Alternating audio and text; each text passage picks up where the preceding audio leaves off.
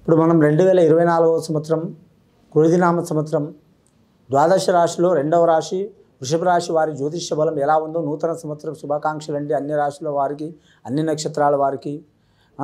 వృషభ రాశి వారి భూత భవిష్యత్తు వర్ధమానం ఎలా ఉందో శుభయోగం అశుభయోగం విద్య బలంలా కుటుంబ బలంలా చదువు బలంలా కెరీర్ విషయంలో ఎలా ఉందో మన జానకీరామ్ని అడిగి చూద్దామండి. జానకీరామ్ వృషభ రాశి వారి జ్యోతిష్యం ఎలా ఉంది చూడు.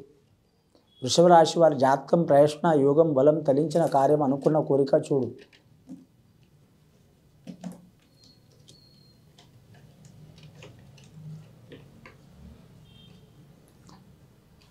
వృషభ రాశి వారి జాతకానికి చెప్పాలంటే ధనలక్ష్మి దేవత వచ్చిందండి. చాలా వరకు అదృష్ట యోగం ఉన్నది.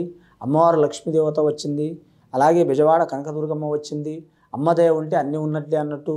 వీరి జాతకంలో చూడాలంటే మాత్రం వృషభ రాశి వారికి మాత్రం చాలా వరకు శుభ ఫలితాలు ఉన్నాయండి. కానీ ముఖ్యంగా మాత్రం స్త్రీలకు అధిక ఫలితం ఉంటుంది. బాలికలు కలిసి వచ్చే అవకాశం ఉంది. ఆదాయం ఖర్చు సరి సమానం. 11 ఆదాయం 11 సాయం. 11 ఆదాయం ఉంది, 11 ఖర్చు ఉంది వారి పేరు మీద.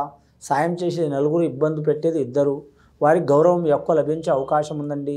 వాళ్ళు దొంగల పోయినా దొరల పోయినా తక్కువలో పోయినా ఎక్కువల పోయినా ఏ పనికి పోయినా వారు విజయవంతంగా ఏ పనైనా విజయవంతంగా చేసుకొని మాత్రం వారు నిలబడే అవకాశం ఉంది వారి పేరు మీద. వృత్తి విషయంలో కలిసి వస్తుంది.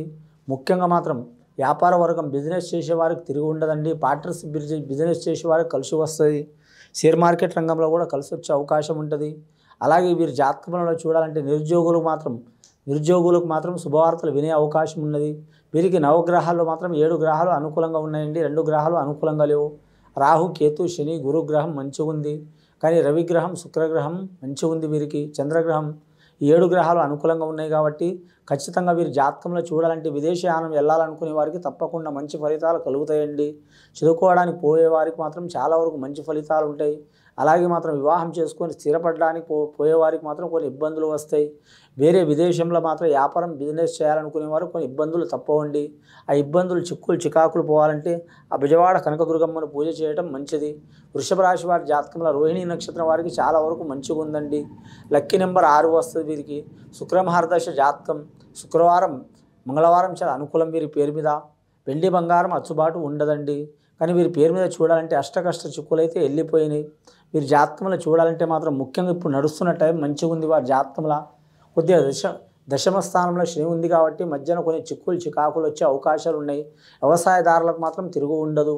అలాగే వీరి జాతకంలో చూడాలంటే మాత్రం వైద్య రంగంలో చదువుకునే వారికి కలిసి వచ్చే అవకాశం ఉంది. ఇంజనీరింగ్ రంగంలో చదువుకునే వారికి విద్యార్థులకు కలిసి వచ్చే అవకాశం ఉంది.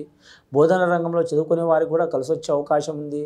అలాగే వీరి పేరు మీద ఐఏఎస్ ఐపీఎస్ రంగం వారికి కూడా మాత్రం కలిసి వస్తుంది. కానీ అధికమైన ఒత్తిడి ఉంటుంది వీరి పేరు మీద. నిరుద్యోగులు శుభవార్త వినే అవకాశం ఉంది. ఇక రాజకీయ నాయకులకైతే చూడాలంటే మాత్రం ముందు చూస్తే నుయ్యి వెనక చూస్తే గొయ్యి అన్నట్టు చాలా ఇబ్బందులు చికాకులు వస్తాయి. వచ్చినా సరే వారు స్థిరంగా నిలబడే అవకాశం ఉంటుంది వారి పేరు మీద. వారు అధికార పక్షం కావచ్చు, ప్రతిపక్షం కావచ్చు, మిత్రపక్షం కావచ్చు, లేకుంటే స్వతంత్రులు కావచ్చు. ఖచ్చితంగా మాత్రం వారికి రిజల్ట్ లభిస్తుంది. కానీ మాత్రం ఆటంకాలు తప్పకుండా ఉంటాయండి వారి జాతక బలానికి. ఇక వీరి పేరు మీద చూడాలంటే మాత్రం ధనం మాత్రం నిలకడ ఉండదండి. చాలా వరకు అధికమైన ధనం ఖర్చు అవుతూనే ఉంటుంది. ఒక చేత్తో ఖర్చు అవుతూనే ఉంటుంది, ఇంకో చేత్తో వస్తూనే ఉంటుంది వీరి జాతక బలానికి. ముఖ్యంగా లక్ష్మీదేవత వచ్చింది. లక్ష్మీదేవత స్వభావం ఎలా ఉంటుందంటే మాత్రం కరెక్ట్ భూమి చుట్టూ మాత్రం ఆకాశం భూమి చుట్టూ లక్ష్మి తిరిగినట్టు కరెక్ట్ సూర్యోదయం ప్రకారం నడుస్తుందండి వారి జాతక బలం. కానీ ఎక్కువ వీరికి ప్రయాణాలు ఎక్కువ తిరిగే అవకాశం ఉండదండి వీరి పేరు మీద. కానీ సూర్యుడి చుట్టూ చంద్రుడు తిరుగుతారు, చంద్రుడి చుట్టూ మనుషులు తిరుగుతారు, మనుషుల చుట్టూ లక్ష్మి తిరుగుతుంది, లక్ష్మి చుట్టూ ప్రపంచం తిరుగుతుంది. అలాంటి యోగం ఉన్నదండి వీరి పేరు మీద. నవదుర్గ దేవత కూడా వచ్చింది కాబట్టి వీరి మీద స్త్రీలకు అధికమైన ప్రాధాన్యత ఉంటుంది. వివాహ విషయంలో కలిసి వచ్చే అవకాశాలు ఉన్నాయి. వివాహ దోషాలు ఉంటే కూడా మాత్రం అమ్మవారికి పూజ చేస్తే, కుంకుమార్చన పూజ చేస్తే మాత్రం 9 వారాలండి. 9 మంది స్త్రీలు కానీ 11 మంది స్త్రీలు కానీ 5 మంది స్త్రీలు కానీ అలాగే పురుషులు కానీ ఎవరైనా సరే అమ్మవారికి పూజ చేయాలి. శుక్రవారం రోజు, మంగళవారం రోజు లేదా మాత్రం దశమి తిథి రోజు, నవమి తిథి రోజు, ఏ నెల అయినా సరే ఏ వారమైనా సరే ముఖ్యంగా మాత్రం పూజ చేస్తే వారి మీద ఉన్న అరిష్టాలు చికాకులు వెళ్ళిపోయే అవకాశాలు ఉన్నాయి. నరదిష్టి అధికం ఉన్నది కాబట్టి మాత్రం శనివారం శ్రీ వెంకటేశ్వర స్వామి కానీ లక్ష్మీ నరసింహస్వామి కానీ తప్పకుండా వారు దర్శనం చేయాలి. ముఖ్యంగా మాత్రం ఈ వృషభ రాశి వారి జాతకంలో చూడాలంటే మాత్రం నమ్మిన పని జయమయ్యే అవకాశం ఉన్నది. కానీ గవర్నమెంట్ ఉద్యోగం చేసేవారి జ్యోతిష బలంలో చూడాలంటే మాత్రం ఖచ్చితంగా మాత్రం వారికి ఉద్యోగంలో ఆటంకాలు చికాకులు వచ్చే అవకాశాలు ఉన్నాయండి. పని ఒత్తిడి అధికంగా ఉంటుంది. బదిలీ కోరుకునే వారికి కొద్దిగా ఇబ్బందులు వస్తాయి కానీ కోరుకున్న చోట బదిలీ అయ్యే అవకాశం ఉంది. ప్రమోషన్ లిస్టులో ఉన్నవారు కూడా తప్పకుండా ప్రమోషన్ వస్తుంది. కానీ ఐఏఎస్ ఐపీఎస్ రంగం వారికి ఇబ్బందులు తప్పవండి. మరి జాతకంలో రెవెన్యూ రంగం వారికి కలిసి వచ్చే అవకాశం ఉంటుంది. వైద్య రంగం వారికి చాలా వరకు శుభయోగం ఉంటుంది. రోడ్ల భవనాల శాఖ వారికి మాత్రం చికాకులు తప్పవు. ఇక పంచాయతీరాజ్ సంఘానికి సంబంధించిన వారికి ఇబ్బందులు వస్తాయి. మీరు జాతకంలో చూడాలంటే మాత్రం డ్రైవింగ్ రంగం సంబంధించిన వారు ఆర్టీసీ రంగం కావచ్చు, లేదా మాత్రం రైల్వే రంగం వారు కావచ్చు, చాలా వరకు ఇబ్బందులు చిక్కులు చికాకులు వస్తాయండి.